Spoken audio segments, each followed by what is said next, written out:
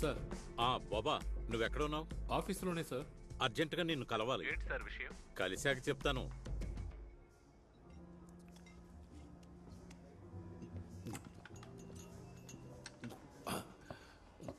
Hello, ఇలాంటిదే ఒకటి parcel. ఒకటి కాదు, 2 పార్సల్ చేయించాయి. ఏమన్నారు సార్? నెలకు సరిపోయేట్టు ఒకేసారి ఆర్డర్ చేయొచ్చు కదా. అదేం వద్దు సార్.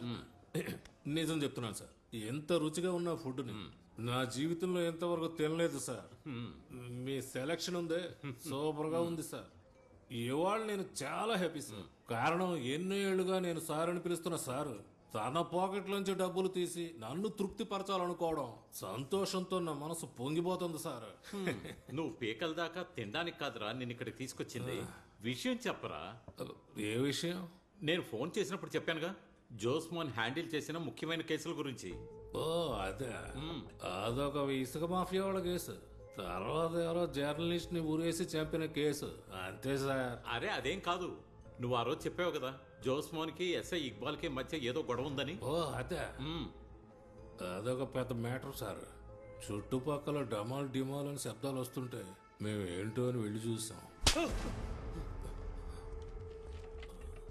నా ఉద్యోగం పోయినా సరే నేను నిన్ను వదలను రాస్కల్.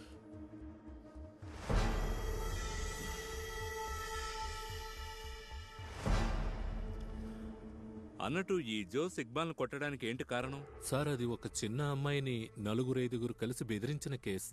ఆ రోజు జోస్ గారు బిజీగా ఉండడం వల్ల ఇక్బాల్ సార్కి అప్పగించారు. ఇక్బాల్ గారు ఆ కేసును తొక్కుపెట్టి డబ్బులు సంపాదించుకున్నారు సార్. అది మాత్రమే కాకుండా సాక్ష్యాలు తారుమారు చేసి ఆ అమ్మాయి వాంగ్మూలాన్నే మార్చేశారు. ఇది తెలుసుకున్న జోస్ గారు ఆయన్ని కొట్టారు. పగపట్టిన నాగుపాము లాంటి వారు sir Iqbal sir. Sir, retired DGP కృష్ణనుని గారు రాసిన ఒక బుక్ ఉంది, పోలీసుల్లో క్రిమినల్. అందులో చెప్పారు ఆయన పోలీసులకి కిరాయి హంతకులకి మధ్య ఉన్న సంబంధం గురించి. ఎవరూ ముందుకు రాకుండా నేను చెప్తాను సార్, ఇక్బాల్ సారే రౌడీల్ని అరేంజ్ చేసి బండితో గుద్దించి చంపేశారని.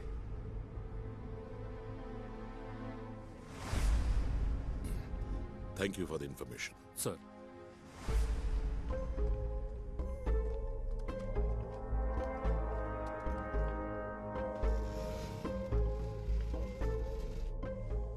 ఆ ఇక్బాల్ని విచారణ చేద్దాం సార్. చనిపోవడానికి ముందు రోజు వాకింగ్ అని బయలుదేరి వెళ్లిన జోస్ ఇక్బాల్ని ఎలాంటి పరిస్థితుల్లో చూసినా నర్వస్ అవ్వడు. నడిచింది చాలు అని ఇంటికి రాడు. ఒక్క మాట కూడా మాట్లాడకుండా ఇంట్లో ఊరికే కూర్చోడు. అలాంటిది ఒక ఫోన్ కూడా చేయకుండా, వచ్చిన ఫోన్ని అటెండ్ అవ్వకుండా ఉంటాడా? No sir. సో కారణం ఇసుక సున్నో ఇక్బాలు కాదు. It should be something beyond that. Sir, ఓ 2 రోజులు నేను ఇక్కడ ఉండడం కుదరదు. ఫ్యామిలీ మొత్తం వేలంక నీకు వెళ్తున్నాం. వెళ్ళండి.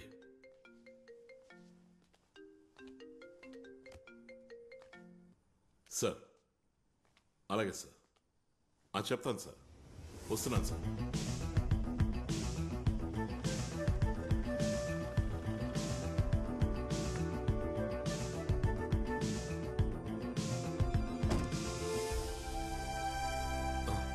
కూర్చోండి. ఇది నాకు మెయిల్లో వచ్చిన ప్రింట్అవుట్. మీరే మా మేనమావ గారైన మినిస్టర్ సంపత్ మరణానికి కారకులని నాకు బాగా తెలుసు. మీకు చేయూతనిస్తూ అండగా ఉన్న మా మేనమావని కుట్ర చేసి చంపేశారు. దాని వెనుక జరిగిన మరణాలన్నీ ఆ నిజాన్ని కప్పిపుచ్చడానికే. చట్టం విడిచిపెట్టినా నేను మాత్రం మిమ్మల్ని వదలను. అల్లా విధించాల్సిన శిక్షని మేం విధిస్తాం. ఇది ఫేక్ సార్, 100% ఫేక్. ఈ ఉత్తరంలో చేసిన భాషా ప్రయోగం అంత మెచ్యూరిటీగా లేదు, ఆకతాయితనంగా ఉంది. ఇది కేవలం మిమ్మల్ని భయపెట్టడం కోసం ఎవరో చిన్నపిల్లలు చేస్తుంటారు. ఆ సమ్మతికి ఇలాంటి ఓ మెయిల్ వచ్చింది. అదేమంటే ఆయన మరణ వార్త. విచారిస్తే ఎవరో చంపారని తెలిసిందే. మీరు భయపడలేదా? నాకు లేనిది అదే కదా సార్, భయం. భయం లేదా? ఆ విద్య ఏదో నాకు నేర్పించచ్చు కదా. Seriously? Yes, really. CI Jose హత్యతో పాటు మిగతా హత్యల గురించి కూడా ఇన్వెస్టిగేట్ చేయాలని సీఎం ఆర్డర్ వేశారు. Official communications will follow. Sir, including minister Samad మరణం? ఎస్, ఇంక్లూడింగ్ మినిస్టర్ సమ్మద్ మరణం. అంతా ఒకే గందరగోళంగా ఉంది సార్. ఎందుకని?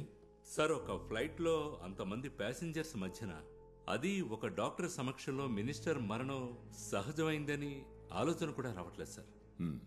సార్, ఈ మినిస్టర్ గారి staff still missing. Doctor Venu పైనుంచి పడి చనిపోయారని అనుకుందాం. But journalist Bhasuran, CA Josemon, no doubt sir, 2 మర్డర్సే. సార్, ఒక జర్నలిస్ట్ ని, ఎస్పెషల్లీ ఒక పోలీసునే హత్య చేశారు. ఇవి సాధారణ వ్యక్తి చేసినవి కావు. అవి చేయడానికి అసాధారణమైన గట్స్ ఉండాలి.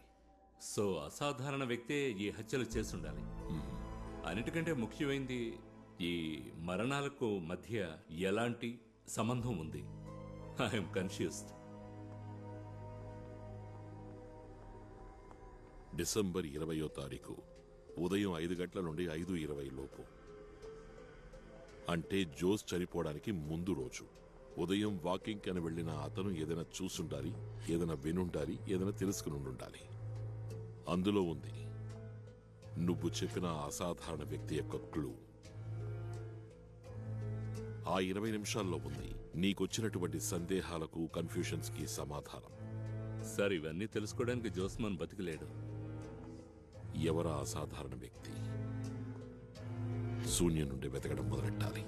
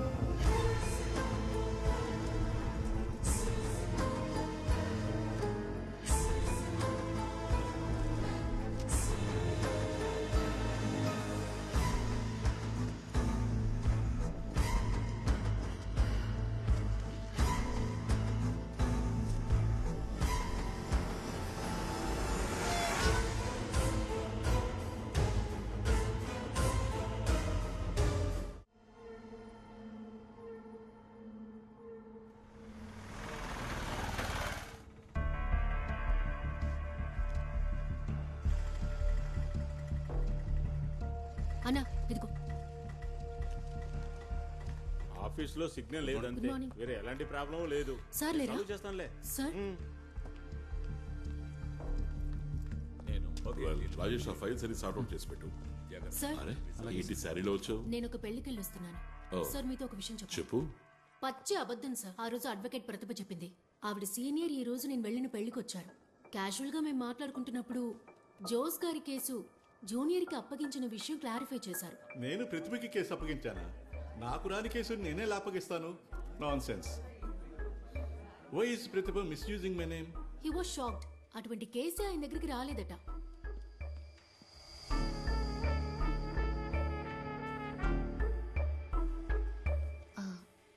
ఆ రోజు అబద్ధం చెప్పినందుకు నన్ను క్షమించండి సార్. నేనే వెళ్ళి క్యాన్వాస్ చేశానని చెప్పడం ఇష్టం లేక సీనియర్ పేరు చెప్పాను. అంతేగాని ఎవరికి ద్రోహం చేయాలనే ఉద్దేశం లేదు. ఆ రోజే చెప్పాను కదా, చిక్కుల్లో ఇరుక్కున్న భర్తని కాపాడడం కోసమే. ఆ ఉద్దేశమే కానీ వెళ్దాం. ఆ అబద్ధం చెప్పినందుకు శిక్ష నాకప్పుడే పడింది. సీనియర్ పిలిచి లెఫ్ట్ అండ్ రైట్ ఫైర్ అయ్యాడు, ఆయన పేరు మిస్యూజ్ చేశానని. ఈ లాయర్ మళ్ళీ అబద్ధం చెప్తున్నట్టు అనిపిస్తోంది సార్. నిజం మాత్రమే చెప్పండి అని మనం ఆవిడని అడగలేదు కదా.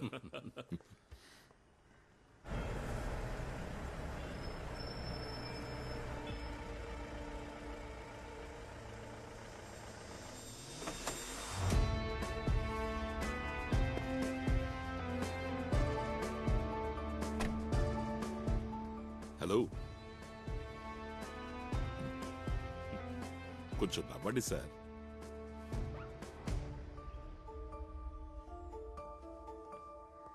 నేను చౌకోని. మన ఇద్దరి మధ్య ఆల్రెడీ పరిచయం ఉంది కదా. ఇలాంటి యూనిఫామ్ వేసుకుంటే నువ్వు చెప్పిన ఆ ప్రకాష్ ర్యాంక్ ఎంతో తెలుసా?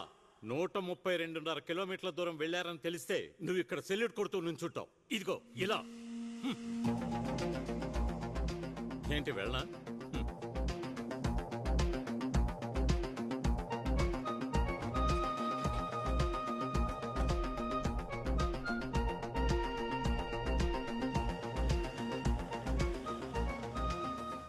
వాళ్ళు ఇక్కడికి ఇప్పుడు ఎందుకు వచ్చారు? బాత్రూమ్ కడిగిపోదామని. సత్యదాస్కి ఏదైనా తెలుసా? తెలియకుంటే ఒక అతన్ని కస్టడీలోకి తీసుకుంటాడా? కొంచెం సహాయం చేయండి. ఏమీ తెలీదంటే ఒప్పుకోవాలి కదా. కంపల్ చేసినప్పుడు ఏదేదో మాట్లాడాల్సి వచ్చింది. నేను అప్పుడే చెప్పాను కదండి, సిబిఐ ఈ కేసు ఖచ్చితంగా ఓడిపోతుంది. అల్లొద్దు, కట్టు కథలు అల్లొద్దు. Hello hello sir. చెప్పు బాబు. ఎక్కడున్నారు సార్? నేను ఆఫీస్లో ఉన్నాను రా. తిరువనంతపురంలో కాదు, కొచ్చి సిబిఐ ఆఫీస్లో. సార్, ఒక ముఖ్యమైన విషయం చెప్పాలి. నువ్వు ఇక్కడికి వచ్చే ఆఫీస్కి. ప్రస్తుతానికి టీ తాగు. ఇప్పుడు చెప్పు. సార్, మహిళా పోలీస్ స్టేషన్లో నాకు ఒక ఫ్రెండ్ ఉంది. తనే నాకు ఈ విషయం చెప్పింది. ఏంటది?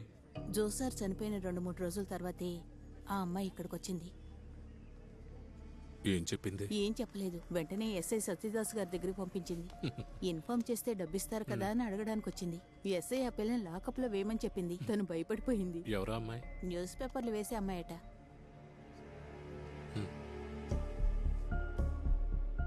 టెన్షన్ అవ్వకు, వెంటనే ఇక్కడి నుంచి వెళ్ళిపోవచ్చు.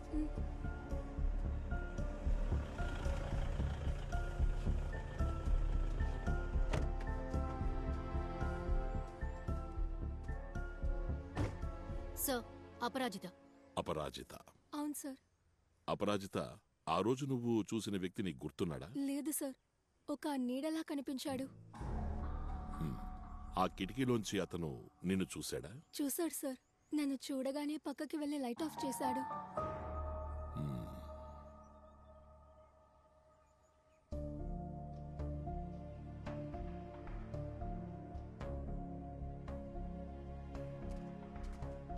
ఈ ఇంట్లో ఆల్రెడీ ఏదో గొడవ ఉందని పక్కింటి వాళ్ళు చెప్తున్నారు. సార్, ఇది ఇల్లు కాదు, గెస్ట్ హౌస్. దీని ఓనర్ శామ్. కనిపించకుండా పోయిన ఆ శామ్ రాసలీలలో, ఇల్లీగల్ బిజినెస్లు అన్నీ ఇక్కడే. అప్పుడప్పుడు ఈ ఇంటికి ఎవరో రావడం పోవడం ఇక్కడ ఉన్నవాళ్ళు చూశారంట. సార్, ఈ అమ్మాయి ఇచ్చే స్టేట్మెంటే సత్యదాస్ ఎవిడెన్స్ శామ్ను అరెస్ట్ చేయడానికి. థ్యాంక్స్. ఇక నువ్వు వెళ్ళొచ్చు. తను డ్రాప్ చేయి. Okay sir. దియా, సార్. ఆ అమ్మాయికి మంచి డ్రెస్ కొని. Okay sir. అపరాజిత చూసింది శామ్నే అయి ఉంటుంది. బట్ ఆ ముందు రోజు జోస్ కూడా చూసింది శామే అయి ఉంటాడా? లేదని నేను చెప్తున్నా. ఒకవేళ శామ్నే చూసినా జోస్ అప్సెట్ అవ్వడు, నర్వస్ అవ్వడు. ఏమంటావు? లేదు సార్. ఏదేవైనా మనకి సంబంధించినంత వరకు Sam is a very important person now. వాడిని పట్టుకోవాలి. సార్, ఒక లుక్అవుట్ నోటీస్ ఇస్తేను? ఏం చేసైనా సరే. సార్,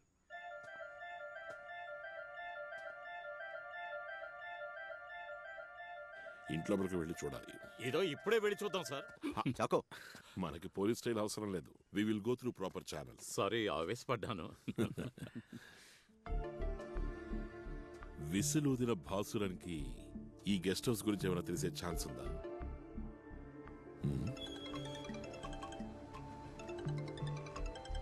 హలో దయా. 2 విషయాలున్నాయి. ఒకటి, బాసురన్ ఇంటిని పరిశోధించాలి. మరొకటి, బాసురన్తో పరిచయం ఉన్న ఎవరో ఒకరితో మనం మాట్లాడాలి. ముందు ఎవరైనా దొరకని చూద్దాం. ఆయన ఫోటోని వేరే స్టేట్లకు కూడా పంపించాం. ఎక్కడి నుంచి భయపడే విధమైన న్యూస్ రాలేదు. అంటే ఆయన ఎక్కడో బతికే ఉన్నాడు. Point number 5. Calling from Ravan number 5. కున్నంజిరిలో ఒక యాక్సిడెంట్ జరిగింది. మనిషి అన్రెస్పాన్సివ్. మెసేజ్ క్లియరే కదా? క్లియర్ సార్, క్లియరే సార్. ఏ రాజీవ్, శశిని బండి తీమని చెప్పు. ఏ బాబు, రా, నువ్వు రా.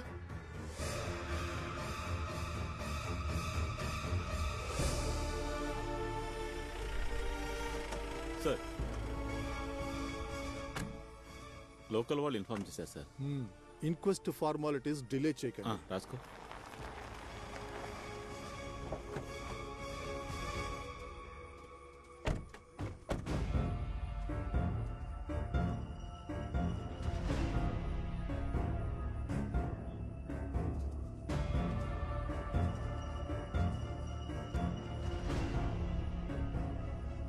గుద్దింది driver side, direct hit. Sir, నా అనుమానం ఎవరు గొంతు నిలిమినట్టుంది. From behind the seat. ఒకటే రోపును ఉపయోగించి ఉండాలి, లేదంటే చేతులతో గొంతు నొక్కి ఉండాలి. ఇంకో ముఖ్యమైన విషయం ఏంటంటే, మేము ఇప్పుడే శామ్ ఇంటి గేట్ దగ్గరకు వచ్చాం. అంతలోనే విషయాన్ని తెలియాల్సిన వాళ్ళకి చేరవేశారు. ఇది యాక్సిడెంట్ అయ్యే అవకాశం లేదు sir. Okay mister మామన్ Verghese sir, 1వ తారీఖు నాడైనా ఆఫీస్ లోపలికి రండి. జీతం తీసుకోవాలి కదా. అలాగే సార్.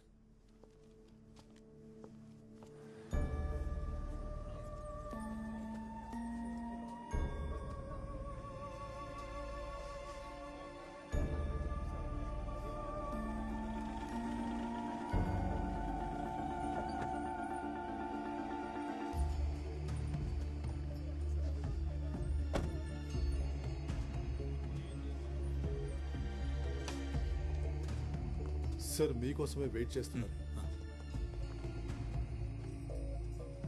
శామ్ కిందకు ముందు 2 సార్లు హార్ట్ అటాక్ వచ్చినట్టు తెలుస్తోంది. ఇప్పుడు కూడా కార్ డ్రైవింగ్ చేస్తుండగా ఒక మ్యాసివ్ అటాక్, అందువల్లే కార్ చెట్టు గుద్దుకుంది. ప్రైమ్ ఫేస్ లో మీరు అనుమానించినట్టుగా స్ట్రాంగులేషన్ మార్క్స్ కానీ ఇంటర్నల్ డ్యామేజ్ కానీ ఏం లేవు. If you are not convinced ఒక రిక్వెస్ట్ రాసిస్తే బాగుంటుంది. We can return the body for repostmortem. Thank you. Shyam guest house ను సార్ చెక్ చేయాలి. Get a warrant. సార్.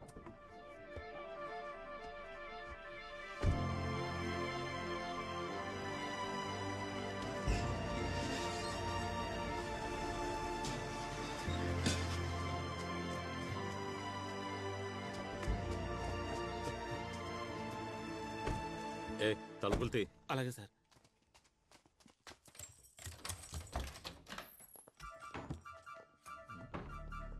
ఎన్నేళ్ళైంది నువ్వు శామ్ దగ్గర డ్రైవర్గా చేరి? సార్ 10 ఏళ్ళు అయింది సార్.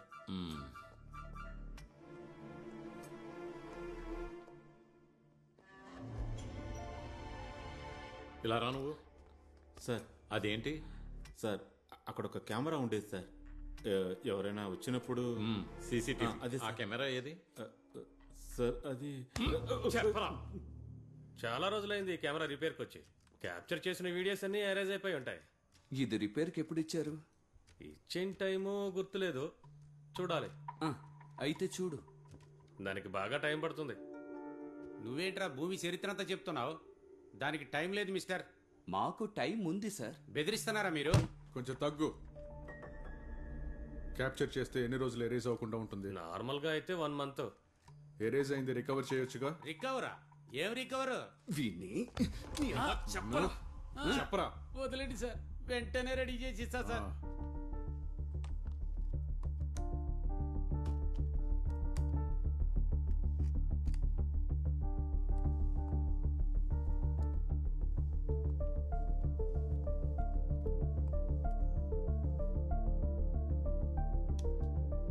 సార్ విజువల్స్ నవంబర్ 16 వరకే ఉన్నాయి.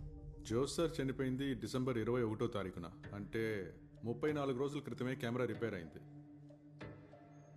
నవంబర్ 17 వరకు ఉన్నది. కొంచెం వెనక్కి చూడు. సార్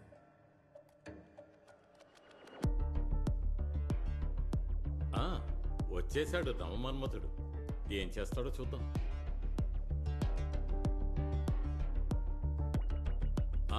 వచ్చేసింది ఇంకొకరితో.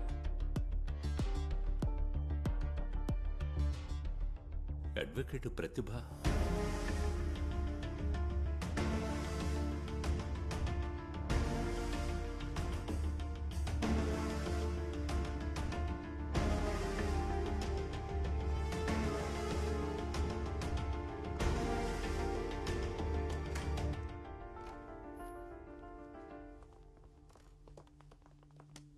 సార్ జరిగిన సంభవాన్ని బట్టి మేము ఒక రూపాన్ని తీసుకొచ్చాం. Rather constructed a crime scene. Sir కొన్నేళ్లుగా శామ్ అడ్వకేట్ ప్రతిభ ఫ్రెండ్స్ గా ఉన్నారు. వాళ్ళ ఫేస్బుక్ అకౌంట్స్ ని మనం హ్యాక్ చేసాం. వాళ్ళ చాట్ హిస్టరీ చూసినప్పుడు బాగా హద్దు మీరు మాట్లాడుకున్నట్టుంది. కొంచెం వల్గర్గా ఉంది సార్. కొంచెం కాదు, ఎక్కువే. గెస్ట్ హౌస్ కు వచ్చే విషయం, వచ్చిన విషయం, అక్కడ జరిగిన రాసలీలలు అన్ని చాట్లో క్లియర్ గా తెలుస్తున్నాయి. Now it's clear. శ్యాము వకీల్కి మధ్య ఒక స్ట్రాంగ్ ఎఫ్ఐఆర్ ఉంది.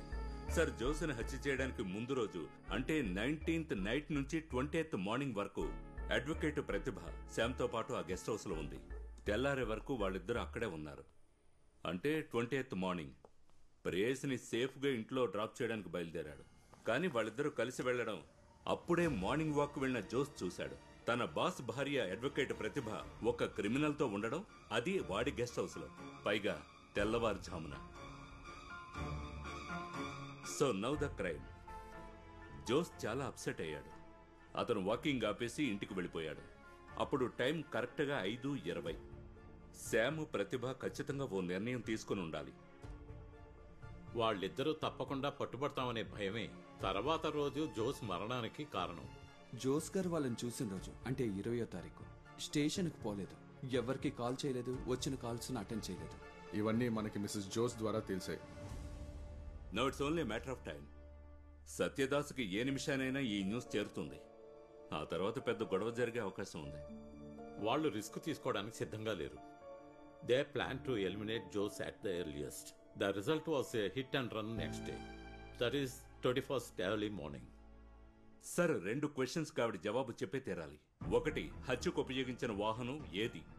2వది, చంపింది శ్యామ లేక కిరాయి హంతకుల? Get her.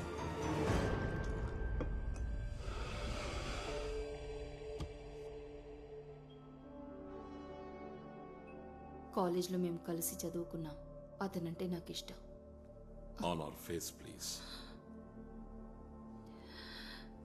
పెళ్లి చేసుకుందామని ఎంతగానో ప్రయత్నించాం. అది జరగలేదు. బట్ మా బంధం కొనసాగింది. Yes, it was an illegal relationship. ఎన్నోసార్లు శామ్ వాళ్ళ గెస్ట్ హౌస్కి నేను వెళ్ళాను. బట్ సిబిఐ ఈ కేసులో ఓడిపోతుంది. ఏంటి నీ అహంకారం ఇప్పుడు కూడా? శామ్ ఇంకెప్పటికీ నోరు తెరవడం అన్న ధైర్యం లేదు సార్. అడ్వకేట్ ప్రతిభని ఫాలో అయ్యారంటే ఈ కేసు ఓడిపోతారు. జోస్ మరణంతో నాకు ఎలాంటి సంబంధము లేదు.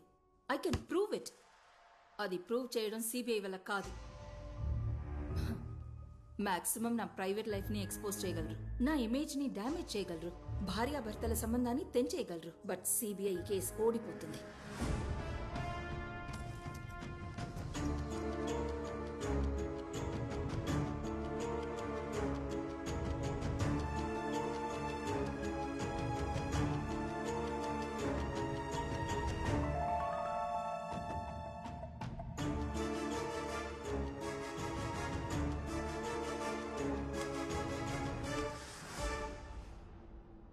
ఎస్పీ శ్రీజిత్ వాళ్ళ అమ్మాయి వివాహం కాసర్కోడ్లో జరిగింది డిసెంబర్ 19. సిఐ జోస్ మరణం డిసెంబర్ 21 ఉదయం జరిగింది. జోస్ మమ్మల్ని చూసింది, ఐ మీన్ నన్ను శామ్ను చూసినట్టు మీరు చెప్పడం డిసెంబర్ 20వ తేదీ ఉదయం. దట్ ఈస్ జోస్ చనిపోవడానికి ముందు రోజు మార్నింగ్ వాక్ వెళ్ళినప్పుడు. ఆ టైంలో ఆ రోజున నేను నా హస్బెండ్ కాసర్కోడ్ గెస్ట్ హౌస్లో ఉన్నాం.